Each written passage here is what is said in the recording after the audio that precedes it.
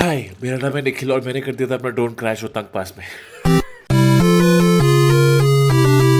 देखो मुझे पता है तुम में से ज्यादा करके लोग ड्रोन नहीं उड़ाते, बट सुन लो अच्छा लगेगा। सो मेरे पास ये दो प्रकार के ड्रोन है, ये नॉर्मल ड्रोन, ये एफपीवी ड्रोन, ये वाला मैंने क्रैश। किसी महान व्यक्ति ने कहा था कि साइज डज मैटर, और वो गलत नहीं बोला था। और आप देख सकते हो ये भाई साहब का थोड़ा इससे बड़ा है प्रोपेलर्स, क्योंकि एफपीवी ड्रोन के लिए छोटे प्रोपेलर्स बेटर होते हैं for manoeuvrability.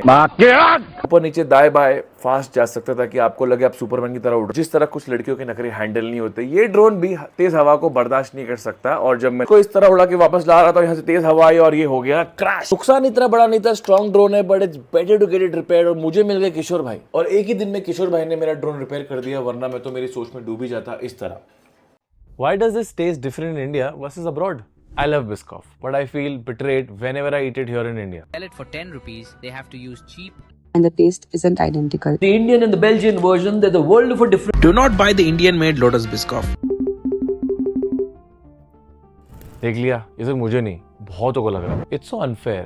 Do they think Indian consumer अच्छी क्वालिटी डिजर्व नहीं करते? कॉस्ट ऑप्टिमाइज करने के लिए ब्रांड इंटीग्रिटी के साथ खिलवाड़। Not done. For example, when it's come to Biscoff, इन्होंने सिर्फ प्रोडक्ट डाइल्यूट नहीं किया है, they have disregarded an existing loyal fan base that has tasted and loved that true Biscoff feeling. It tasted different यार, इस वाला ने तो पूरी टेस्ट में मेरी खराब कर दी, and I cannot tell you how many times it has happened. ये बाहर का है, this is international, this is from India. Size भी देख लो, इंटरनेशनल वाला क्लियरली बड़ा है. It has literally degraded an existing fan base that has tasted and loved the true Biscoff feeling. और सिर्फ टेस्ट नहीं बदला है, साइज, टेक्सचर, फील, पूरा एक्सपीरियंस ही चेंज हो गया है। पहले इसका कॉस्ट ज्यादा था, now they have dropped the cost and made sure they compromise on the quality just to create a low cost biscuit. सिर्फ टेस्ट नहीं बदला है, the whole experience changes.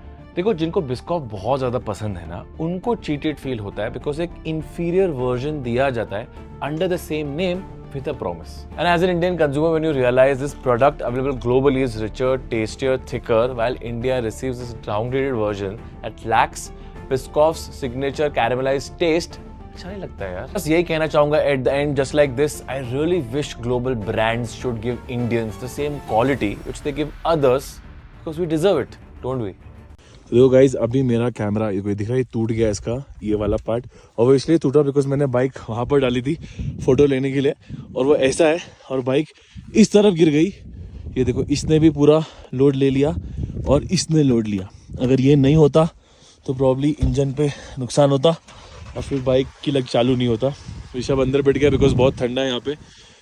It's 2 degrees हो यार, बट विद विंड, तो wind में हालत ख़राब होती है। मैंने अपने विंटर ग्लव्स पहन लिए एंड हैप्पी भाई यहाँ पर आए थे 10 साल पहले, तो बोलते थे कुछ नहीं है, एक नॉर्मल सा पास है। एक्चुअली में नॉर्मल सा पास है, लेकिन कहना है बर्फ गिरी है, तो ये नॉर्मल सा पास एक्स्ट्राऑर्डिनरी बन गया। हाँ, उस दिन सन था यहाँ पे भाई, आज भी सन है बादलों के पीछे।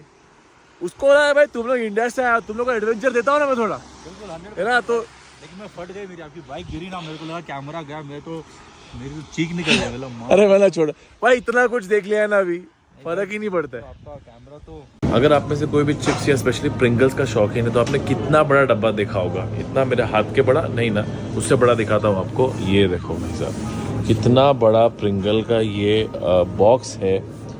इसको खा डाला तो पेट में झिंगा लाला। Very nice, very nice. ये दुबई में ही पॉसिबल है इतना सब।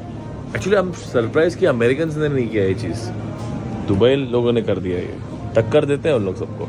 What do you think एक लड़की कैसा लड़का चाहती है? लड़कियों में ना अलग अलग कैटेगरी होती है। कुछ लड़कियों को लुक्स इम्पोर्टेंट है, कुछ लड़कियों को हाइट इम्पोर्टेंट है, कुछ लड़कियों को पैसा दिखती है, और कुछ लड़कियां सिंपली बस देखती है कि लड़के में कितने अच्छे गुण है। And I am amongst the 4th category. कैसे देखेगा गुण कितने अच्छे हैं शादी के बिना?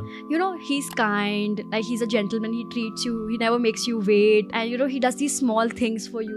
So what if he's kind, he doesn't make you wait, but when you get married to him, he's a 100% mama's boy, तब भी प्रॉब्लम होती है। I think कि अगर लड़का ममाज बॉयज है तो चलता है। Women just want कि जब तुम हमारे साथ हो then prioritize me. और कैसा लड़का चाहिए? मोस्टली एक लड़का who will stand up for you and जो तुमको अच्छे से अंडरस्टैंड करे तुम्हारे हर नीड्स को, because girls can have so many shades and at the same time हर लड़की में वो नेचर रहता है, नैगिंग नेचर।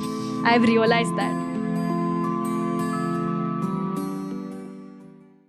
मैं जब भी ये गाड़ी लेके बाहर जाता हूँ, इसकी लुक्स की तारीफ तो बहुत होती है, लेकिन हर कोई ये जानना चाहता है कि ये कितना देती है। हम ईवी ओनर्स के लैंग्वेज में व्हाट इज द रेंज, और सिर्फ लोग ही नहीं, हर ईवी वीडियो के यूट्यूब कमेंट में लोग यही पूछते रहते हैं, रेंज रेंज रेंज रेंज क्या है। अभी देखो, मैंने तो इस गाड़ी को 4000 किलोमीटर के ऊपर चला लिया with in 1 month. So I am here to tell you all about range of this car once and for all. देखो, this car comes with lot of modes: default mode, range mode, everyday mode, and race mode.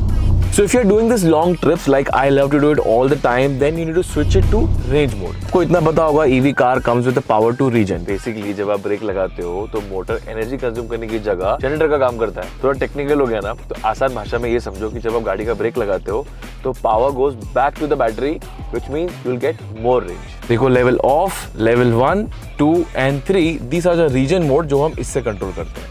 Level 0 या level 1 highways के लिए है जहाँ breaking कम होती है। Level 2 और level 3 city driving के लिए है जहाँ ब्रेकिंग ज्यादा यूज होती है। And you know there is an auto regen option also. Auto regen basically आपकी रीजनरेटिव ब्रेकिंग को ऑटोमेटिकली एडजस्ट करता है based on your driving condition. इसको एक्टिव करने के लिए you need to press and hold the minus button shifter for more than 1 second. Once that is activated, you can see the regenerative braking indicator switch from current level to auto. अगर आप मुंबई या बैंगलोर जैसे शहर में drive कर रहे हो जहाँ पर bumper to bumper city traffic होता है, उसके लिए कौन सा रीजन लेवल हो? वेल, उसके लिए आता है 1 pedal assist drive. 1 pedal assist drive में आपका रीजनरेशन गाड़ी का इतना स्ट्रॉन्ग होता है, the moment you let go of accelerator, आपकी गाड़ी ऐसे रुकती है जैसे आपने ब्रेक ही मारा हो, which gives you the maximum power to the battery. और जब ये सारे मोड्स का इस्तेमाल करके मैं दिल्ली गया, I was getting a range of 500+ kilometres easily in the city, and driving on the highways, ओहो हो, इज सच अ ट्रीट। अभी देखो, ये मेरे साथ तो नहीं हो जो मैं बोलने वाला हूँ, लेकिन मान लो आपकी बैटरी बहुत लो है and you are really far away from your charger, तब आप क्या करोगे? Well,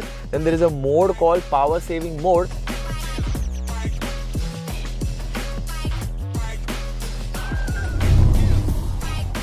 It's just like power saving mode on your phone. ये कार में कुछ चीजें डिसेबल कर देता है, which gives you more range. And हाँ, make sure कि आपके टायर का PSI proper हो, वरना that can affect your range. All this I've experienced from my long drive from Mumbai, Delhi and back. तो निकल जाओ XCV90 लेके, घूमो फिरो, रुको जहाँ पर भी रुकना है, because more stops will give you more range, and this is a great conversation starter. So you'll end up making lot of friends because everybody wants to know ये देती कितना है range.